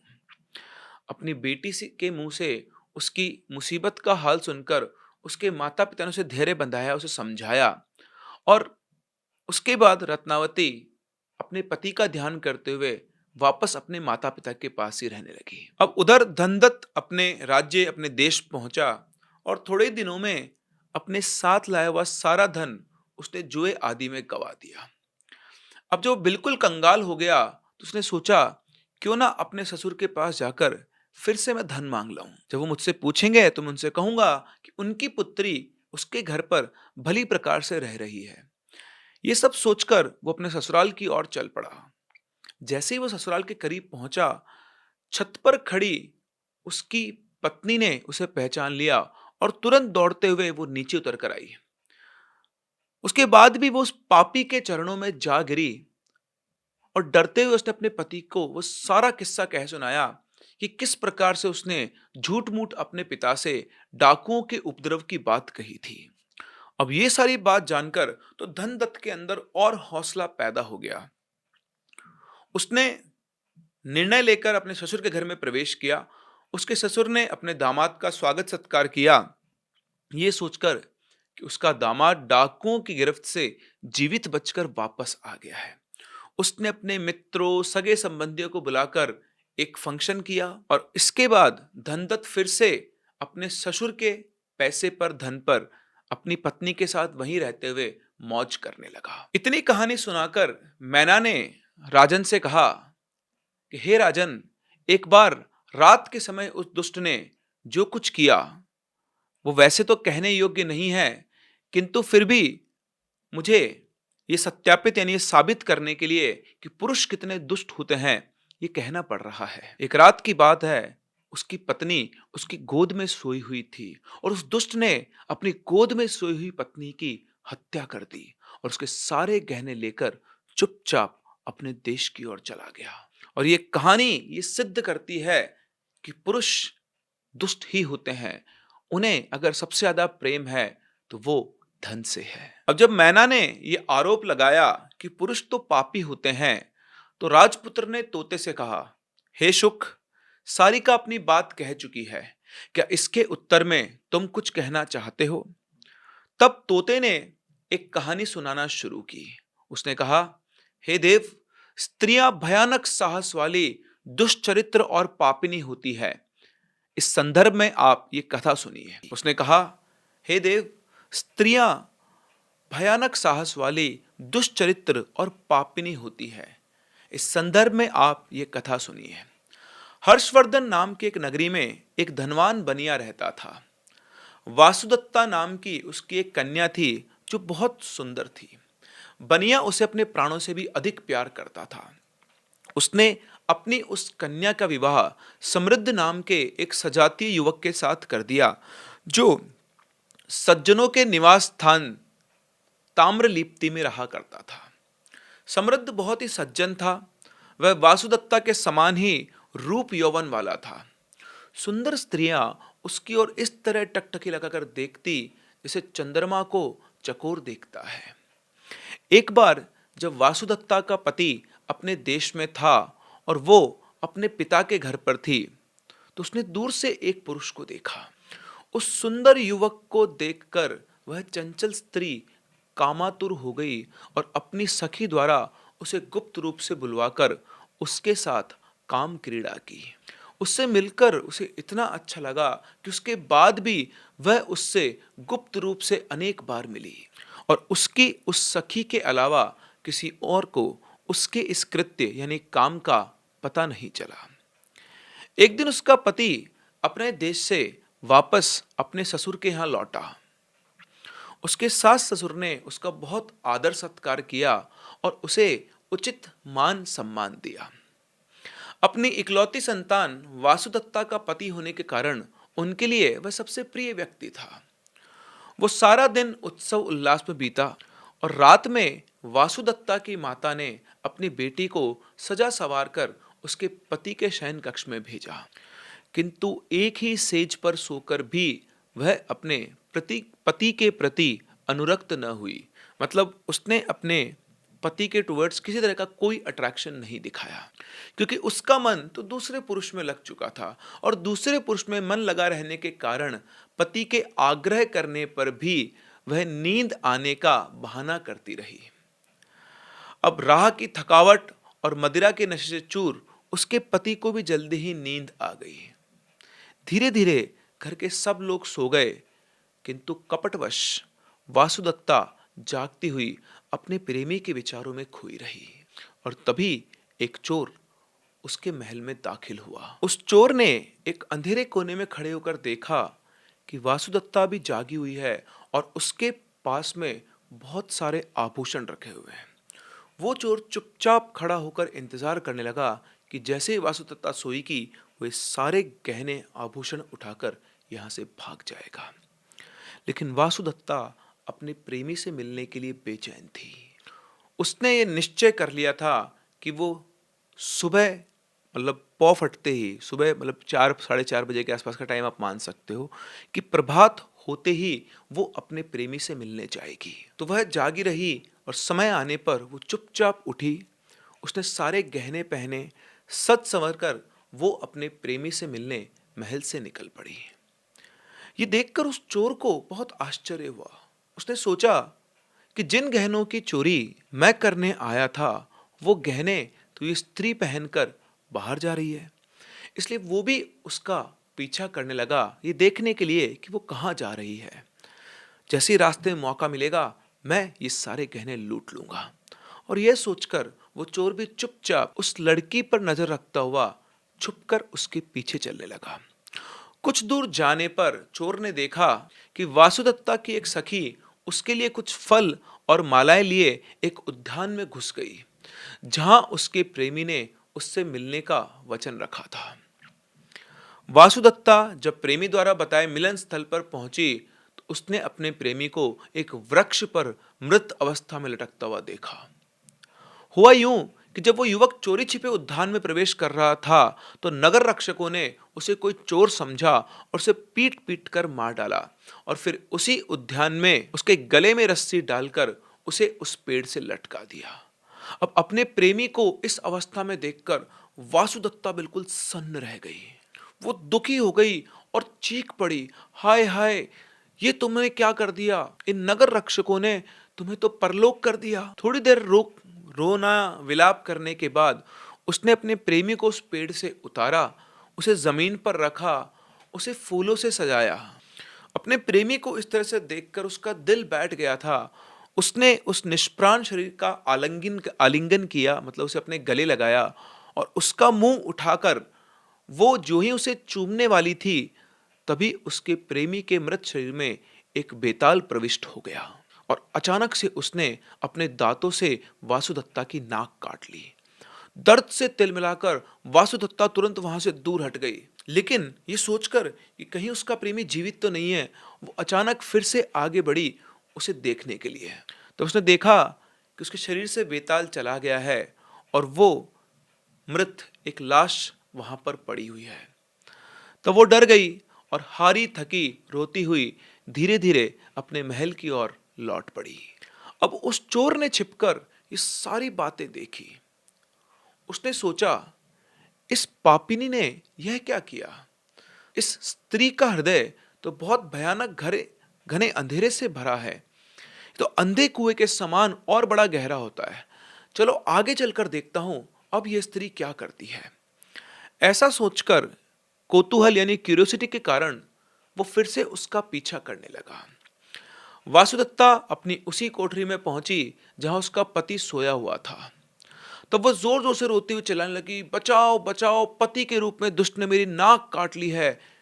तो बार बार उसका रोना चिल्लाना सुनकर उसके माता पिता और बाकी सभी लोग बाहर से आकर उसके शयन कक्ष में पहुंचे। वहां पहुंचकर उसके पिता ने देखा कि वासुदत्ता की नाक कटी हुई है और उसकी नाक से रक्त बह रहा है। तो उसके पिता ने क्रोध में आकर अपने जमाई को पकड़ के पहले उसे मारा और फिर उसे रस्सी से बांध दिया। वो बेचारा किसी को कुछ समझा ही नहीं पा रहा था। वासुदत्ता की बातें सुनकर उसके पिता तथा वहां पर उपस्थित सभी लोग समृद्ध यानी उनके जवाई के अपोजिट हो गए थे। अब जब किसी को कुछ समझा नहीं पा रहा था तो बांधे जाने के बाद भी वो बिल्कुल चुप हो गया और उसने किसी से कुछ नहीं कहा। और ये सब देखकर, सब कुछ जानते हुए भी वो चोर चुपचाप वहां से चला गया। अब इसके बाद समृद्ध यानी वो लड़का जो इस लड़की का पति था, तो समृद्ध का ससुर वो बनिया समृद्ध को और अपनी बेटी वासुदत्ता को जिसकी नाक कटी हुई थी लेकर राजा के दरबार में पहुंचा। उसने राजा को सारी बात बताई और सारी बात सुनने के बाद राजा ने समृद्ध को दोषी मानते हुए उसे दंड दिया, मृत्यु दंड। और जब समृद्ध को बांधकर उसे वध स्थल जहां पर उन्हें मारा जाना था वहां ले जाया जा रहा था, तब वह चोर राजा के आदमियों के पास आकर बोला, हे अधिकारियों, अकारण ही इस व्यक्ति को प्राण दंड नहीं देना चाहिए। वह निर्दोष है, सारी बातें मैं जानता हूं। तुम लोग मुझे राजा के पास ले चलो जिससे मैं उन्हें सारी सच्चाई बता सकूं। उसके ऐसा कहने पर कर्मचारी उस चोर को राजा के पास ले गए। इसके बाद उस चोर ने राजा को शुरू से लेकर अंत तक सारी बातें कह सुनाई। उसने राजा से कहा, महाराज, यदि आपको मेरी बातों पर विश्वास न हो तो सत्य की स्वयं ही जांच कराइए। इसकी कटी हुई नाक अभी भी उस शव के मुंह में है। ये बात सुनकर राजा ने देखने के लिए अपने अनुचरों यानी अपने सिपाहियों को उस उद्यान में भेजा और वाकई में उस शव के मुंह में उसकी कटी हुई नाक अभी भी दबी हुई थी। और जब राजा को सच्चाई मालूम हुई तो उसने समृद्ध को रिहा कर दिया। इतना ही नहीं, राजा ने दुष्ट वासुदत्ता के कान भी कटवा दिए और उसे देश निकाला दे दिया। उसने उसके ससुर की सारी धन संपत्ति भी जब्त कर ली और इतना ही नहीं, उस चोर पर प्रसन्न होकर उसे अपना नगर अध्यक्ष नियुक्त कर दिया। यह सब सुनाकर तोते ने राजा से कहा, हे राजन, इस संसार में स्त्रियां ऐसी ही दुष्ट और इस तरह के कुसाहस से विपन्न होती हैं। और इतना कहते ही उस तोते पर से इंद्र का शाप हट गया और वह चित्ररथ नाम का गंधर्व बनकर दिव्य शरीर धारण कर स्वर्ग को चला गया। और उसी तरह तत्काल ही मैना का भी शाप दूर हो गया और वो भी तिलोत्तमा नाम की अप्सरा बनकर स्वर्ग चली गई। ये सारी कहानी सुनाकर बेताल ने राजा विक्रमादित्य से पूछा, राजन, तोता मैना के अपने अपने आरोपों का निराकरण तो हो गया था, लेकिन अब तुम बताओ कि स्त्रियां निर्दोष होती हैं अथवा पुरुष। जानते हुए भी यदि तुम कुछ नहीं बताओगे तो तुम्हारे मस्तक के टुकड़े टुकड़े हो जाएंगे। कंधे पर बैठे हुए बेताल की ये बातें सुनकर राजा ने कहा, अब राजा ने इसका क्या जवाब दिया वो तो आपको जानने को मिलेगा अगले एपिसोड में। लेकिन आपको क्या लगता है, बड़ी कठिन सवाल है कि दुराचारी कौन होता है, स्त्रियां या फिर पुरुष? राजा विक्रमादित्य ने जवाब दिया तो वो थोड़ा कॉन्ट्राडिक्टरी है, इसलिए हम इस जवाब को छोड़ते हैं और चलते हैं अपने अगले एपिसोड पर। हमारी अगली कहानी है वीरवर की, जो अपने मालिक, अपने राजा के प्रति इतना कर्तव्यबद्ध था कि उसने उनकी सुरक्षा के लिए बड़े से बड़े कदम लेने से भी किसी तरह की कोई शंका व्यक्त नहीं की और समय आने पर अपनी जान तक वो अपने राजा के लिए देने को तैयार हुए। आइए सुनते हैं वीरवर की कहानी। जब वेताल तोता और मैना की कहानी सुनाकर वापस से उड़कर उस शीशम के पेड़ पर जा पहुंचा तो राजा विक्रमादित्य ने उस वेताल को फिर से नीचे उतारा, अपने कंधे पर डाला और वापस लौट चला। कुछ आगे चलने पर बेताल ने फिर से राजा से कहा, राजन, उस दुष्ट भिक्षु के लिए तुम इतना परिश्रम क्यों कर रहे हो? चलो ठीक है, अब जब तुम ये निष्फल परिश्रम कर ही रहे हो तो मार्ग विनोद के लिए, यानी तुम्हारे मनोरंजन के लिए, मैं तुम्हें एक और कथा सुनाता हूं। और फिर बेताल ने कथा सुनाना शुरू किया। उसने कहा कि इस धरती पर शोभापुरी नाम की एक नगरी है। वहां शुद्धक नाम का एक राजा रहता था। उसके राज्य में प्रजा हर प्रकार से सुखी थी। शुद्धक स्वयं अत्यंत प्रजावत्सल, यानी अपनी प्रजा को प्यार करने वाला और उनका ध्यान रखने वाला था। उसकी प्रजा का भी उस पर अटूट आस्था एवं विश्वास था। वीरों पर प्रेम रखने वाले उस राजा के पास नौकरी करने की इच्छा से एक बार मालवा से वीरवर नाम का एक ब्राह्मण आया।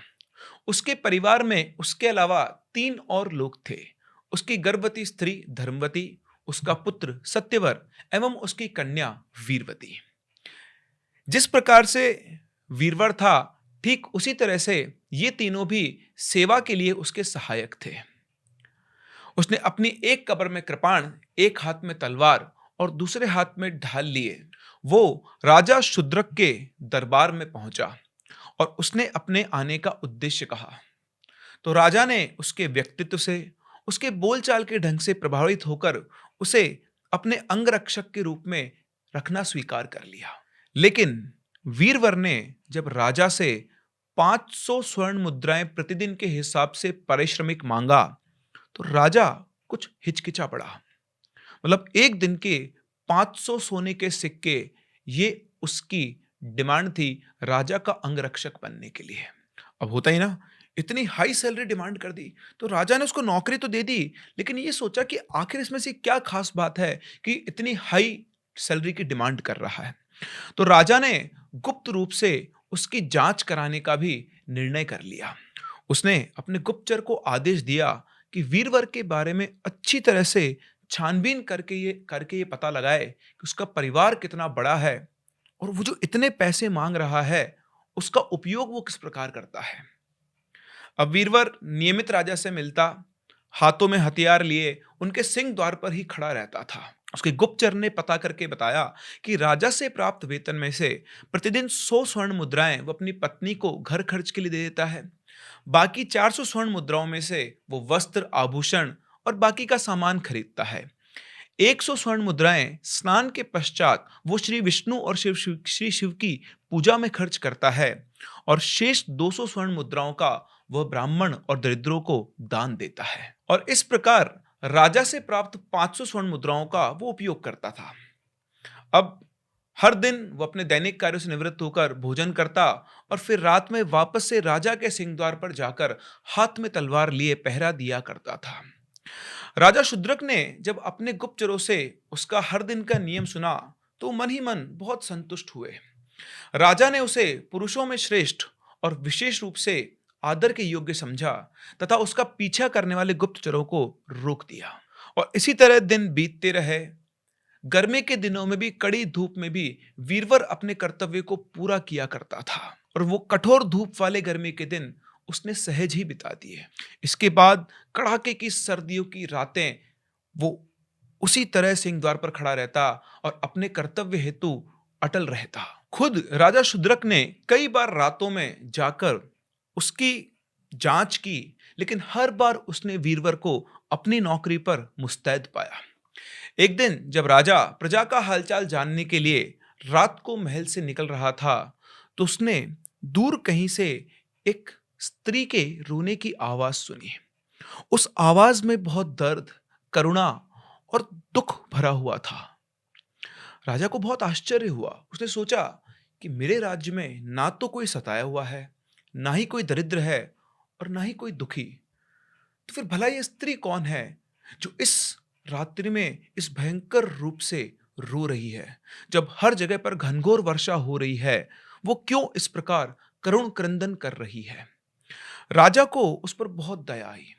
उसने वीरवर से कहा, वीरवर सुनो, दूर कोई स्त्री करुण स्वर में रो रही है। तुम जाकर पता लगाओ कि वह कौन है और वह क्यों रो रही है। राजा की बात सुनकर वीरवर ने कहा, जो आज्ञा महाराज, और अपनी कमर में कटार दबाकर हाथों में तलवार लिए उस दिशा की ओर चल पड़ा जहां से उस स्त्री के क्रंदन यानी रोने की आवाज आ रही थी। बाहर बहुत तेज वर्षा हो रही थी, रह रहकर बिजली कौंध रही थी और बादल ऐसे गरज रहे थे जैसे फट पड़ने के लिए बेचैन हो रहे हों। वीरवर को ऐसे मौसम में भी इतनी कर्तव्य निष्ठा के साथ राज आज्ञा का पालन करते हुए देख राजा को उस पर बहुत दया भी आई, उसे बहुत हर्ष भी हुआ और उसे कौतूहल भी हुआ, उसे आश्चर्यचकित भी हुआ वो। और इसीलिए राजा भी उसके पीछे पीछे हाथों में अपनी तलवार लिए छिपता हुआ चल पड़ा। आगे आगे वीरवर, पीछे पीछे छिपते हुए राजा। और थोड़ी देर के बाद वीरवर नगर के बाहर जहां पहुंचा और वहां उसने सरोवर के किनारे एक स्त्री को विलाप करते देखा, जो बार बार हा वीर, हा कृपालु, हा स्वामी, हा त्यागी, तुम्हारे बिना मैं कैसे रहूंगी, ऐसा कहते हुए वो बहुत बुरी तरह से रो रही थी। वीरवर ने बड़े ही आश्चर्यचकित रूप से उससे पूछा, हे सुभगे यानी है सौभाग्यशाली, तुम कौन हो और रात के इस प्रहर में इस प्रकार से क्रंदन क्यों कर रही हो, मतलब रो क्यों रही हो? वीरवर की यह बात सुनकर वो स्त्री बोली, हे वीरवर, मैं पृथ्वी हूं और इस समय मेरे स्वामी राजा शूद्रक हैं, जो महान धर्मात्मा है, किंतु आज से 3 दिन के बाद उनकी मृत्यु हो जाएगी और फिर उनके पश्चात किस दूसरे राजा को मैं अपने स्वामी के रूप में पाऊंगी। ये बात मुझे बहुत खल रही है और इसी शोक से दुखी होकर मैं उनके तथा अपने लिए विलाप कर रही हूं। ये बात सुनकर वीरवर ने उससे कहा, हे देवी, क्या ऐसा कोई उपाय है जिससे जगत के रक्षक उस राजा की मृत्यु को रोका जा सके? उस स्त्री ने वीरवर की तरफ देखते हुए कहा, हाँ है, और वह उपाय केवल तुम ही कर सकते हो वीरवर। तो वीरवर ने कहा, तो देवी, आप मुझे शीघ्रता से वो उपाय बतलाइए जिससे मैं उसे कर सकूं, नहीं तो मेरे जीवन का कुछ भी अर्थ नहीं रह जाएगा। ये बात सुनकर पृथ्वी ने कहा, वत्स, तुम्हारे समान वीर और स्वामी भक्त दूसरा कौन है? अतः तुम राजा के कल्याण का उपाय सुनो। यहां से कुछ दूर देवी चंडिका का एक मंदिर है। यदि तुम अपने पुत्र की बलि देवी चंडिका को दे दो, तो राजा की मृत्यु नहीं होगी और वो अगले 100 वर्ष तक और जीवित रहेंगे। यदि तुम आज ही यह काम कर सको तो ठीक है, अन्यथा आज से तीसरे दिन राजा की मृत्यु अवश्यंभावी है, यानी उनकी मृत्यु को कोई भी टाल नहीं सकता। पृथ्वी की यह बात सुनकर कर्तव्यनिष्ठ वीरवर ने कहा, देवी, अपने स्वामी का जीवन बचाने के लिए मैं कुछ भी करने को सदैव ही तत्पर हूं। मैं आज ही जाकर यह कार्य करता हूं। उसकी ये बात सुनकर स्त्री ने कहा, तुम्हारा कल्याण हो वत्स, और ऐसा कहकर पृथ्वी अंतर्धान हो गई। छुपकर पास में खड़े राजा ने उन दोनों की बातचीत सुनी और वो इस चीज की प्रतीक्षा करने लगा कि आखिर आगे वीरवर क्या करता है। वीरवर वहां से सीधा अपने घर पहुंचा और उसके पीछे पीछे राजा शूद्रक भी उसके घर के बाहर जाकर खड़ा हो गया और छुपकर उनकी बातें सुनने लगा।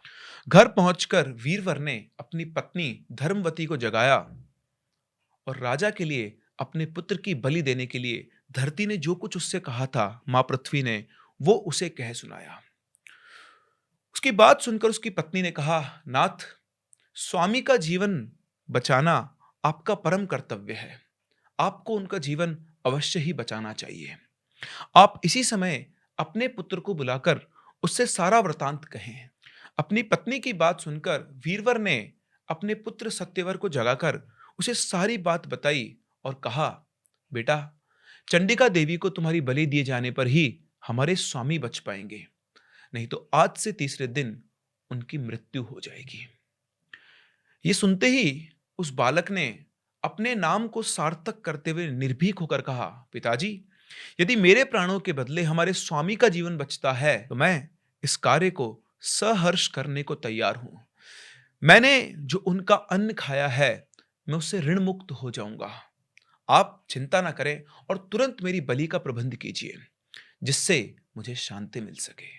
सत्यवर के ऐसा कहने पर वीरवर ने कहा, बेटा, तुम धन्य हो और तुम सचमुच मेरे पुत्र हो। मुझे तुम पर बहुत गर्व है। वीरवर के पीछे पीछे आए हुए राजा शूद्रक ने जब ये सारी बातें सुनी तो उसने सोचा, अरे, ये तो सभी एक ही जैसे वीर हैं। इसके बाद वीरवर ने अपने बेटे सत्यवर को कंधे पर उठा लिया। उसकी पत्नी धर्मवती ने अपनी बेटी वीरवती को ले लिया और चारों के चारों यानी पूरा परिवार उसी समय मां चंडिका के मंदिर में पहुंच गया। राजा शूद्रक भी छिपकर उनके पीछे पीछे वहीं पहुंच गया। मंदिर में पहुंचकर वीरवर ने देवी के सामने अपने बेटे को कंधे से उतारा। सत्यवर ने बड़े धैर्य से देवी को प्रणाम किया और कहा, हे देवी, मेरे मस्तक का वापस हे देवी, मेरे मस्तक का उपहार स्वीकार करो, जिससे हमारे स्वामी राजा शूद्रक अगले 100 वर्षों तक जीवित रहकर निष्कंटक राज्य कर सके, यानी बिना किसी बाधा के राज्य कर सके। वीरवर ने पुत्र के ऐसा कहते ही धन्य धन्य कहते हुए अपनी तलवार निकाली और एक ही बार में अपने पुत्र का मस्तक काटकर देवी चंडिका को अर्पण करते हुए कहा, हे देवी, मेरे पुत्र के इस बलिदान से हमारे स्वामी 100 वर्षों तक जीवित रहें। और उसी समय अंतरिक्ष से आकाशवाणी हुई, हे वीरवर, तुम धन्य हो। तुम्हारे समान स्वामी भक्त और कोई नहीं, जिसने अपने एकमात्र गुणी पुत्र का बलिदान देकर अपने राजा शूद्रक को जीवन दिया है। राजा शूद्रक छिपकर ये सारी बातें देख और सुन रहे थे और तभी वीरवर की कन्या वीरवती आगे बढ़ी और अपने मृत भाई के मस्तक को आलिंगन करते हुए अपने गले से लगाते हुए शोक से वो बुरी तरह से रोने लगी। और तभी उसी क्षण उसके भाई के शोक में उसके प्राण निकल गए। ये देखकर वीरवर की पत्नी ने कहा, हे स्वामी, राजा का कल्याण तो हो गया, अब मैं भी आपसे कुछ कहना चाहती हूं। हमारा पुत्र चला गया, हमारी बेटी भी उसके शोक में उसने भी अपने प्राण त्याग दिए, तो मैं भी अब जीवित रहकर क्या करूंगी। इस महान राजा के कल्याण के लिए पहले ही देवी को अपना मस्तक क्यों अर्पित नहीं किया। इसीलिए अब मेरी आपसे यही प्रार्थना है कि मुझे भी आज्ञा दें कि मैं भी अपने बच्चों के शरीरों के साथ अग्नि में प्रवेश करूं। जब धर्मवती ने इस तरह से वीरवर से कहा तो उसने कहा, हे सुमति, ठीक है, तुम ऐसा ही करो, तुम्हारा कल्याण हो। जिस स्त्री के पास एकमात्र अपने बच्चों की मृत्यु का शोक ही बच रहा है, ऐसे में उसे अब जीवन से क्या अनुराग। तुम्हें इस बात का दुख आना चाहिए कि मैंने पहले ही अपने प्राण क्यों नहीं त्याग दिए। यदि किसी और के मरने से राजा का कल्याण होता, तो मैं पहले ही अपना जीवन उत्सर्ग कर चुका होता, यानी दे चुका होता। किंतु तुम थोड़ी देर ठहर जाओ, तब तक मैं तुम्हारी चिता हेतु कुछ लकड़ियों का प्रबंध कर देता हूं। देख रहे हैं आप किस तरह से पहले पुत्र, फिर पुत्री और फिर उनकी मां, जो अपने बच्चों के विलाप में अपनी देह त्यागने को तैयार है, और कैसे वीरवर अपने कठोर हृदय से उन सब के लिए, अपनी पत्नी के लिए चिता का अरेंजमेंट कर रहा है। आप भी सोच रहे होंगे कितना कठोर हृदय है ये वीरवर। लेकिन आगे सुने। ये कहकर वीरवर ने लकड़ियों की एक चिता तैयार की, अग्नि से उस चिता को प्रज्वलित किया और उस चिता पर अपने दोनों बच्चों के शव रख दिए। और तब उसकी धर्मपरायण पत्नी उसके पैरों में जा गिरी। उस पतिव्रता ने देवी को प्रणाम करके कहा, हे देवी, मुझे आशीर्वाद दीजिए कि अगले जन्म में भी यही आयुष्य मेरे पति हो, यही राजा मेरे स्वामी, और मेरे शरीर त्याग से इन सबका कल्याण हो। और यह कहकर वह साध्वी स्त्री भयानक लपटों वाली चिता की अग्नि में इस तरह कूद पड़ी, मानो कि वो जल में कूद पड़ी हो। अपनी आंखों के सामने अपने पूरे परिवार के जल जाने के बाद वीरवर ने सोचा, अब आकाशवाणी के अनुसार राजा का काम तो मैं पूरा कर चुका हूं। मैंने उनका जो अन्न खाया था उससे मैं उऋण हो गया हूं, यानी मेरा ऋण अब चुकता हो गया है। मेरा परिवार तो मेरे सामने ही स्वाहा हो गया है, तो मुझे भी अब अपने इस जीवन से मोह क्यों ही रखना चाहिए। जो मरण करने योग्य थे, जो प्यारे थे, जिनके लिए मैं अपनी जान भी दे सकता था, अपने उन सभी कुटुंबियों यानी अपने परिवार का नाश करके अकेला अपने आप को जीवित रखने वाला मुझ जैसा अभागा कौन व्यक्ति होगा। तो मैं भी अब जीवित रहकर क्या करूं, और क्यों ना अपने शरीर की बलि देवी को देकर प्रसन्न करूं। ऐसा सोचकर वीरवर देवी को प्रसन्न करने के लिए उनकी स्तुति करने लगा। उसने कहा, हे देवी, हाथों में शूल धारण करने वाली महिषासुर मर्दिनी जगजननी, तेरी जय हो। हे माता सर्वव्यापिनी, आप देवताओं को प्रसन्नता देने वाली हैं, तीनों लोकों को धारण करने वाली हैं। हे माता, सारा संसार तुम्हारे चरणों की वंदना करता है। अपने भक्तों की मुक्ति के लिए तुम ही शरण रूप हो, तुम्हारी जय हो। हे काली, जय कपालिनी, जय कंकालिनी, हे कल्याणमयी, आपको नमस्कार है। मेरे मस्तक का उपहार स्वीकार कर तुम राजा शूद्रक पर प्रसन्न हो। और देवी की स्तुति करके वीरवर ने झट से तलवार निकाली और अपना मस्तक काट डाला। वहां छिपकर शूद्रक ये सारी बातें देख रहा था। वो दुख से विचलित हो गया। उसने आश्चर्यपूर्वक सोचा, हे भगवान, मेरे लिए सज्जन पुरुष और इसके परिवार ने ये कैसा दुखद कार्य कर डाला। ऐसा तो न कहीं देखा और ना ही कहीं सुना। इस विचित्र संसार में इसके जैसा धीर वीर पुरुष और कहां मिलेगा, जो बिना कहे सुने परोपकार में अपने स्वामी के लिए अपने प्राणों तक को अर्पित कर दे। यदि इसके उपकार का प्रत्युपकार मैं न कर सका, तो मेरे राजा होने का अर्थ ही क्या रह गया। फिर तो मेरे और पशु के जीवन में कोई अंतर ही नहीं है। ऐसा सोचकर राजा शूद्रक ने अपनी तलवार म्यान से निकाली और देवी की प्रतिमा के सामने जाकर बोला, हे भगवती, मैं आपकी शरण में आ रहा हूं, अतः आप मेरे मस्तक का उपहार लेकर प्रसन्न हो और मुझ पर कृपा करें। अपने नाम के अनुरूप आचरण करने वाले इस वीरवर ने मेरे लिए ही अपने प्राणों का त्याग किया है, अतः मेरे प्राण लेकर आप प्रसन्न हो और वीरवर, उसके पुत्र पुत्री एवं उसकी पत्नी को पुनर्जीवित कर दें। यह कहकर राजा ने जो ही तलवार से अपना मस्तक काटना चाहा कि तभी आकाशवाणी हुई, हे राजन, तुम ऐसा दुस्साहस मत करो। मैं तुम्हारी वीरता से प्रसन्न हूं। मेरा आशीर्वाद है कि ये ब्राह्मण तत्काल अपने परिवार सहित जीवित हो जाएगा। और इतना कहकर आकाशवाणी मौन हो गई। और तभी राजा की आंखों के सामने वीरवर भी अपने पुत्र, कन्या तथा अपनी पत्नी सहित वापस से उसी शरीर से जीवित हो उठा, जैसा वो मरने से पहले थे। ये सारा दृश्य देखकर राजा फिर छुप गया और प्रसन्नता के आंसुओं से भरी आंखों से उन सभी लोगों को देखने लगा। वीरवर ने अपने बच्चों, अपनी पत्नी को जब जीवित देखा तो उसे विश्वास नहीं हुआ। उसके मन को एक अलग ही शांति मिली। फिर उसने अपनी पत्नी और बच्चों को अलग अलग ले जाकर पूछा, तुम लोग तो आग में जलकर राख हो गए थे, फिर जीवित कैसे हुए? और अभी तो मेरा मस्तक मैंने देवी को चढ़ा दिया था, मैं जीवित कैसे हूं? ये सब क्या है? तो उसकी बात सुनकर उसकी पत्नी और बच्चों ने कहा, पिताश्री, हम लोग सचमुच मृत हो गए थे, किंतु यह देवी का अनुग्रह है। इसके अलावा हमें भी कुछ पता नहीं है कि आखिर हम मृत होकर वापस से जीवित कैसे हो गए। वीरवर ने भी यही समझा कि देवी की कृपा है, उसका बलिदान, उसका कार्य जो था वो पूरा हो चुका है। ये लोग सब वापस घर पहुंचे और रात बीतने से पहले ही वीरवर ने वापस से दरबार में लौट आने का निश्चय किया और वापस से अपने कर्तव्य पर यानी सिंह द्वार पर जाकर खड़ा हो गया। ये सब देखकर राजा शूद्रक भी सबकी आंखों से बचकर अपने महल की ओर चल दिया। वहां से लौटकर उसने पुकार कर पूछा, द्वार पर कौन है? तब वीरवर ने कहा, स्वामी, यहां मैं हूं। आपकी आज्ञा से मैं उस स्त्री को देखने गया था, पर मेरे देखते देखते वह स्त्री गायब हो गई। वीरवर की यह बात सुनकर राजा को बड़ा विस्मय हुआ, क्योंकि उसने तो सारा हाल अपनी आंखों के सामने देखा था। वह सोचने लगा, यह कैसा मर्यादा पुरुष है जो धीर, वीर एवं समुद्र के समान गंभीर है। अभी अभी इसने जो कुछ किया है उसका एक शब्द भी अपने मुंह से नहीं कहता।